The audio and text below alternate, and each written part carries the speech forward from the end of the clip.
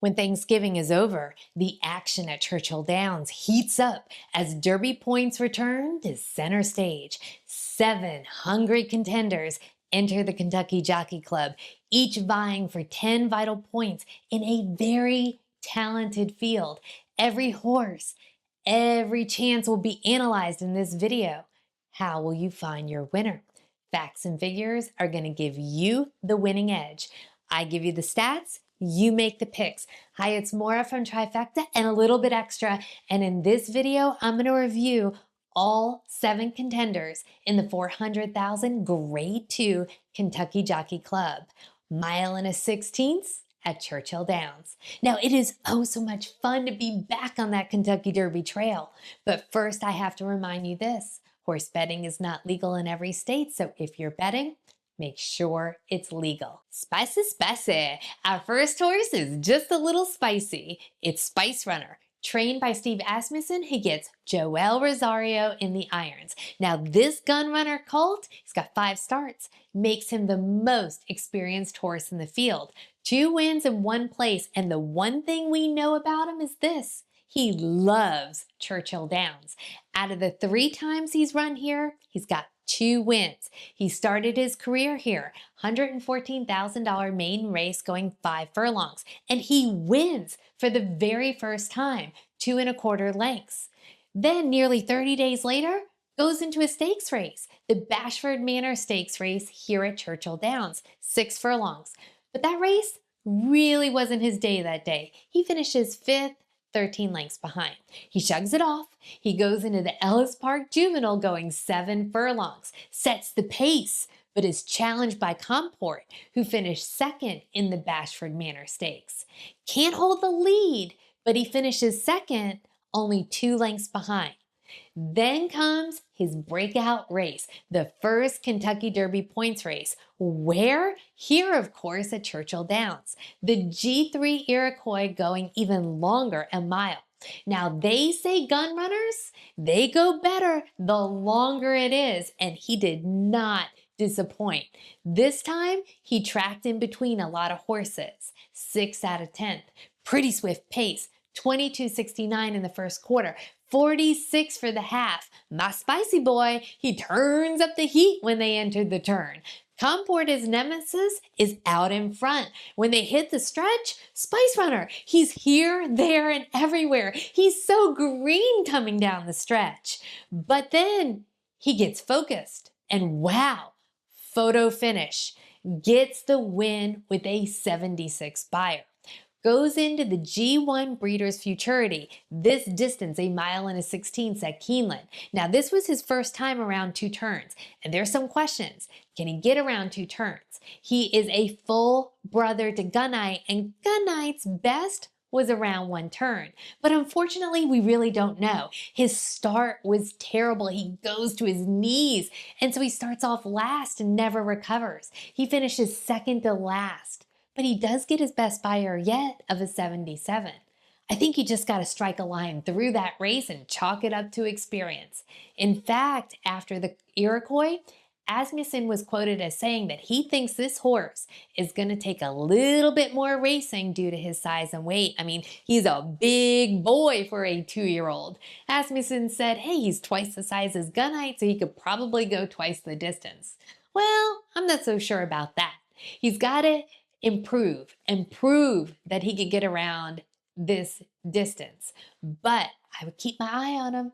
He's got that proven Churchill Downs experience, has a pretty decent late kick when he's focused, and Asmussen has won this race 3 times. Coming out of post position 2, Bob Baffert sends us a $1.15 million purchase, Cherokee Nation, ridden by Baffert and Prat. And get this, together this duo, 39% win rate.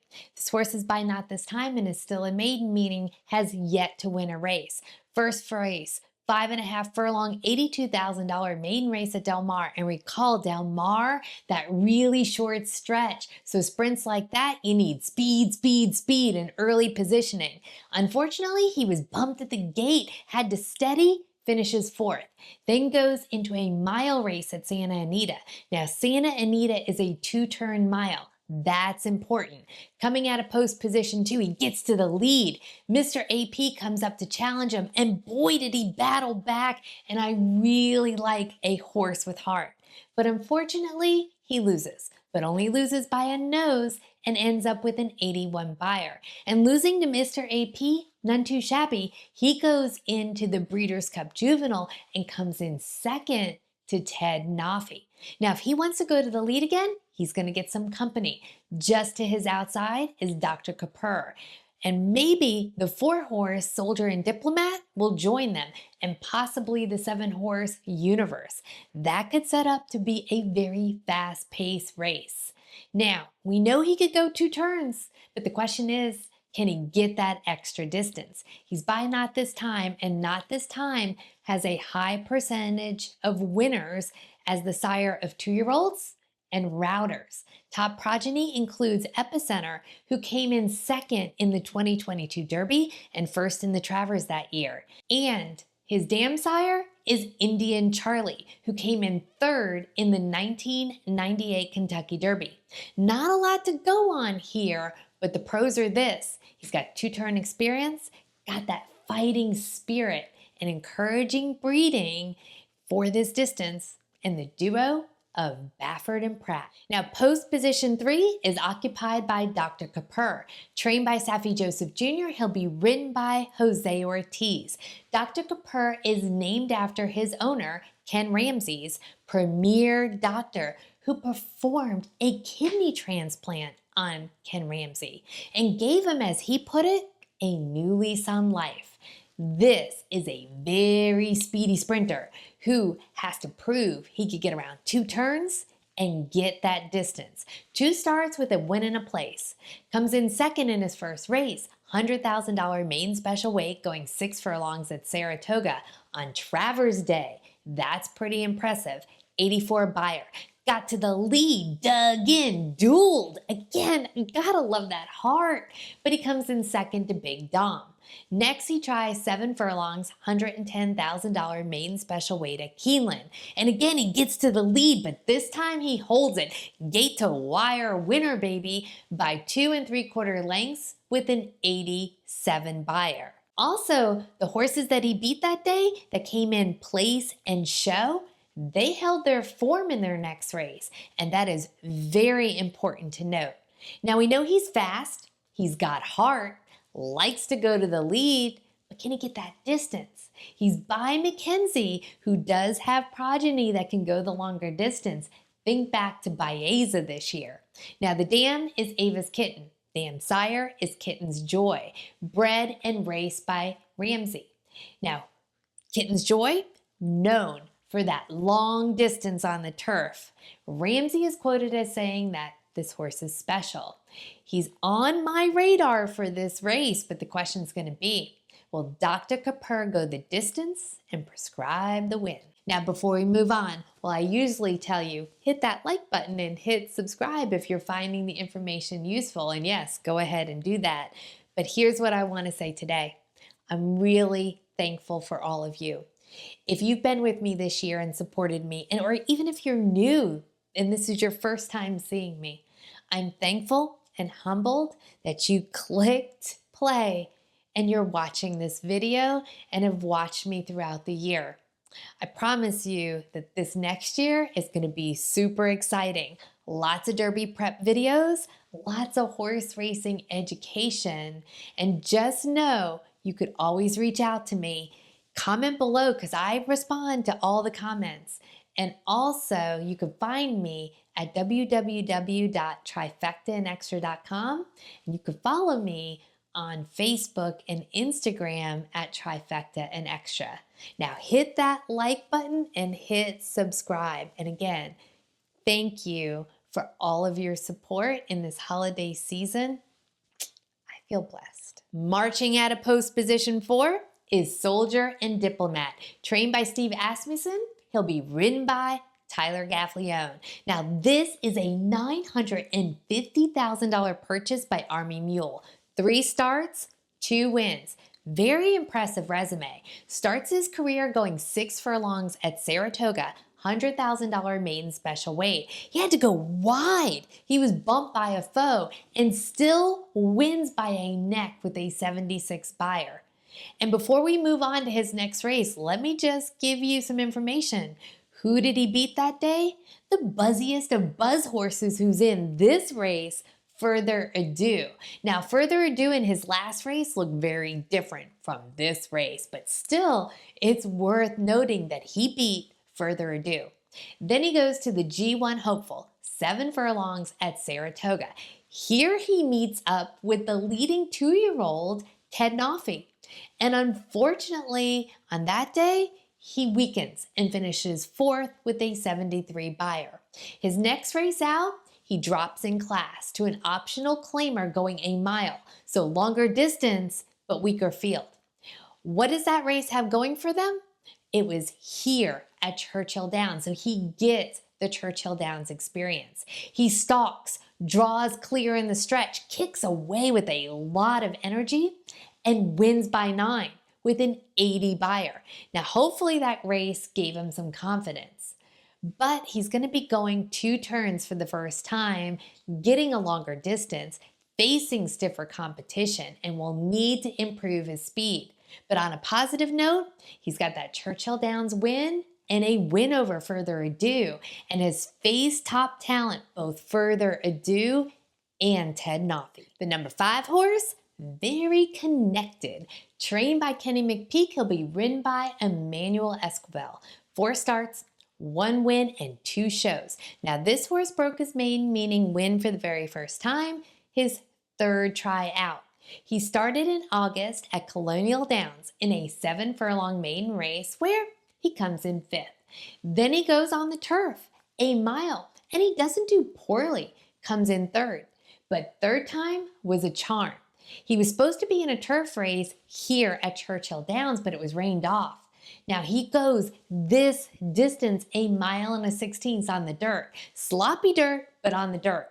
He was bumped at the start, was mid-pack for most of the race, but makes a bid, duels, and wins by a neck. A very light buyer, 63. Stays here at Churchill Downs. Same distance on the dirt, G3 Street Sense. Again, bumped at the start, but makes a very good rally, coming in 3rd to his stablemate, Universe, who's also in this race, earns a 75 buyer. What does this horse have going for him? Well, we know he could go the distance. He's traveled it twice. We know he likes Churchill Downs. He's got the win and a show. And if the pace is swift, like it's supposed to be, he's got the strongest late pace. Now, I really love horses who have strong late pace here at Churchill Downs. He'll need to improve, but he's improved in each and every start. Now, this is a horse that me personally, I would watch to hit the board. Now, if you want a buzz horse, then no Further Ado. No, really, that's his name, Further Ado. The number 6 horse is trained by Brad Cox and will be ridden by Irad Ortiz Jr. 3 starts, a win, and a show. So why is everybody talking about this horse? Well, it was his last win when he just dazzled the field. He won by, get this, mind-blowing 20 lengths and earns a 98 buyer. But I'm getting ahead of myself. Let's go back to his very first race at Saratoga, 6 furlongs, $100,000 maiden special rate. He competes against the 4 horse Soldier and Diplomat, who's in this race. And in that race, finishes 5th with a 68 buyer. Then Brad Cox takes him to another $100,000 maiden special weight at Saratoga, this time 7 furlongs. He does better. In a field of 8, he comes in 3rd. But then comes October, Keeneland, 110,000 maiden special weight, going this distance, a mile and a 16th. Show-stopping performance. In that race, he was much closer to the lead than his previous 2 races. But more importantly, when you watch that race, Irad never really urged him seriously. He just cruised into the winner's circle. Was it the distance? I mean, he's a $550,000 purchase by Gunrunner, and we know gun runners, the longer they go, the better Did he just put it all together? Cox thinks it was both.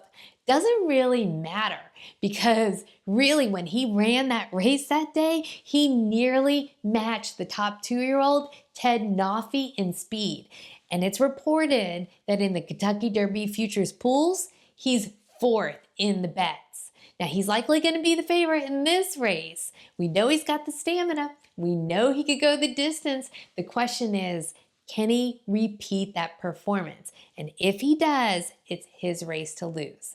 Top Contender. The number 7 horse, Universe, trained by Kenny McPeek and will be ridden by Brian Hernandez Jr.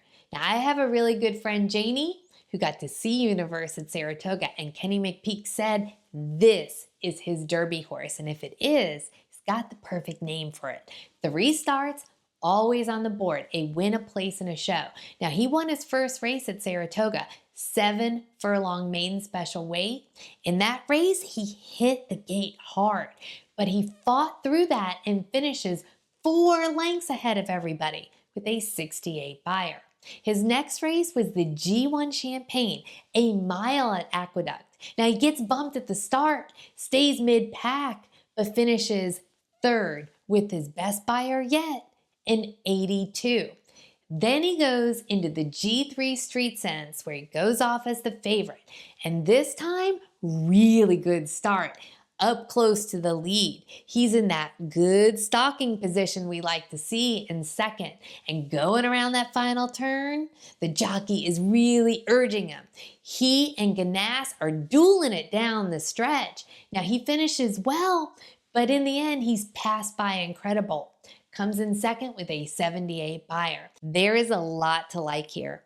This is a talented horse with that perfect stalking style, and we know he could get the distance because he did it in the Street Sense. He's got the Churchill Downs experience, and he's being commanded by the winning team of McPeek and Brian Hernandez Jr. Now, he will need to increase his speed if Further Ado brings his A game, but the Universe is his for the taking. He's a 2-year-old with a lot of potential. For me, Top Contender. Now it's your turn. Drop me a comment below. Tell me, who do you like in the Kentucky Jockey Club? You know I love those comments. Hit like and hit subscribe. More Derby coverage coming and horse racing education. I hope you all have or had a wonderful Thanksgiving and good luck at the track. Cheers.